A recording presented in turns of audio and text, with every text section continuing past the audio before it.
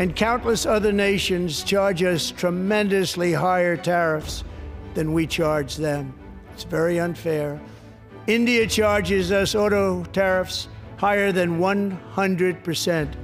China's average tariff on our products is twice what we charge them. जो जैसा करेगा हम भी उसके साथ वैसा ही करेंगे। दुनिया के नक्शे में सबसे ताकतवर देश माने जाने वाले संयुक्त राज्य अमेरिका के दोबारा से मुख्यमंत्री डोनाल्ड ट्रंप ने अभी कुछ ही वक्त पहले अमेरिकी संसद के जॉइंट सेशन में कई बड़ी बातें बोली, लेकिन सबसे ज्यादा जो चर्चा का विषय बना वो है उनका टैरिफ प्लान। कनाडा और मैक्सिको पर 25% टैरिफ चार्ज लगाने के बाद अब ट्रंप की सरसरी निगाहें भारत को घूर रही हैं। अमेरिकी इतिहास में आधिकारिक तौर पर दिए गए किसी राष्ट्रपति के संबोधन में डोनाल्ड ट्रंप ने आने वाली 2 अप्रैल से हमारे देश पर पारस्परिक टैरिफ लागू करने की घोषणा की है। उन्होंने भारत पर जैसे को तैसा टैरिफ लगाने का ऐलान किया है। डोनाल्ड ट्रंप ने कहा कि भारत हमसे 100% से ज्यादा टैरिफ वसूलता है, हम भी अगले महीने से ऐसा ही करने जा रहे हैं। And countless other nations charge us tremendously higher tariffs than we charge them. It's very unfair. India charges us auto tariffs higher than 100%. China's average tariff on our products is twice what we charge them. And South Korea's average tariff is 4 times higher. Think of that, 4 times higher. And we give so much help militarily and in so many other ways to South Korea. But that's what happens. This is happening by friend and foe. This system is not fair to the United States and never was. And so on April 2nd, I wanted to make it April 1st, but I didn't want to be accused of April Fool's Day. That's not, just one day cost us a lot of money. But we're going to do it in April. I'm a very superstitious person. April 2nd, reciprocal tariffs kick in. And whatever they tariff us, other countries, we will tariff them. That's reciprocal, back and forth. Whatever they tax us, we will tax.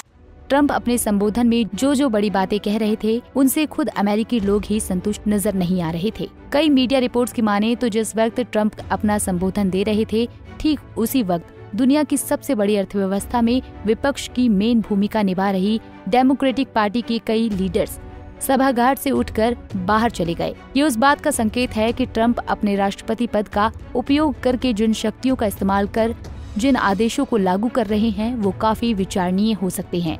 अगर ऐसा नहीं है तो America के सामने मुट्ठी भर का देश कनाडा ट्रंप की टैरिफ नीति की खुलकर मुखालफत क्यों कर रहा है? कनाडा के ओटारियो प्रांत के प्रीमियर डग फ्रोड में डोनाल्ड ट्रंप की टैरिफ नीति पर जबरदस्त पलटवार करते हुए एलन मस्क के साथ स्टारलिंक अनुबंध रद्द कर दिया और सभी अमेरिकी कंपनियों को सरकारी अनुबंधों से प्रतिबंधित कर दिया है। Is off the shelves. Also, starting today, all U.S.-based companies will be banned from taking part in government procurement. Every year, the province and its agencies spend about $30 billion on procurement, alongside our more than $200 billion plan to build infrastructure. U.S.-based businesses will now lose out on tens of billions of dollars in revenues. They only have President Trump to blame. I'm also urging all 444 municipalities to do the same. And I'm thrilled to see some are already stepping up. For example, Mayor Patrick Brown in the city of Brampton and many other cities. As part of this government-wide procurement ban, we're going one step further. We're ripping up Ontario's contract with Starlink. It's done, it's gone. We won't award contracts to people who enable and encourage economic attacks on our province and our country. Alongside federal tariffs and the measures my fellow premiers are bringing forward, this Team Canada's opening response. मतलब America ने Canada पर 25% का tariff charge लगाया तो उसके एक प्रांत ने अमेरिकी राज्यों को बिजली देने से मना कर दिया। लेकिन ट्रंप जब भारत पर 100% टैरिफ चार्ज लगाने की आगामी 2 अप्रैल से घोषणा कर रहे हैं तो अभी भी इस पर भारत सरकार की कोई प्रतिक्रिया देखने को नहीं मिली है। हमारी सरकार का क्या प्लान है ये हमारी सरकार जानती है, लेकिन सरकार की तरफ से कोई प्रतिक्रिया न आने पर उसकी कड़ी आलोचना हो रही है। बुधवार को अपने राष्ट्र को संबोधित करते हुए डोनाल्ड ट्रंप ने कुल रिकॉर्ड 1 घंटा 44 मिनट का भाषण दिया, जबकि अपने पिछले कार्यकाल में उन्होंने सिर्फ 1 घंटे का भाषण दिया था। इस बार दिए गए भाषण में उन्होंने कई बड़ी बातें कही। उन्होंने कहा कि अमेरिका का दौर लौट आया है। मैंने 43 दिन में जो किया है वो कई सरकारें अपने 4 या 8 साल के कार्यकाल में नहीं कर पाई। ट्रंप ने अपने इस भाषण में जैसे को तैसा टैरिफ लगाने के अलावा रूस यूक्रेन युद्ध पर भी खुलकर बात की। इस दौरान वो यूक्रेनी राष्ट्रपति व्लादिमीर ज़ेलेंस्की की भी तारीफ करते नजर आए। बीती बहस के बाद ये पहली बार है जब ट्रंप ने ज़ेलेंस्की की तारीफ की है। ट्रंप ने अप्रवासियों का भी मुद्दा छेड़ा। इस दौरान उन्होंने कहा कि पिछले 4 साल में 2.1 करोड़ लोग अवैध रूप से अमेरिका में घुसे हैं। हमारी सरकार ने अमेरिकी इतिहास में सबसे बड़ा बॉर्डर और इमिग्रेशन क्रैकडाउन शुरू किया है। जो बिडेन को लेकर ट्रंप ने कहा कि वो अमेरिकी इतिहास के सबसे खराब राष्ट्रपति हैं। उनके कार्यकाल में हर महीने लाखों अवैध लोग देश में दाखिल हुए। उनकी नीतियों के चलते देश में महंगाई बढ़ी है। गोल्ड कार्ड वीजा को लेकर ट्रंप ने कहा कि हम गोल्ड कार्ड वीजा सिस्टम लाने जा रहे हैं। ये ग्रीन कार्ड की तरह है, लेकिन उससे ज्यादा एडवांस है। इससे बड़ी संख्या में नौकरियां पैदा होंगी और कंपनियों को फायदा होगा। पनामा नहर और ग्रीनलैंड विवाद पर ट्रंप ने कहा कि हम किसी भी तरह पनामा नहर पर कंट्रोल हासिल करेंगे।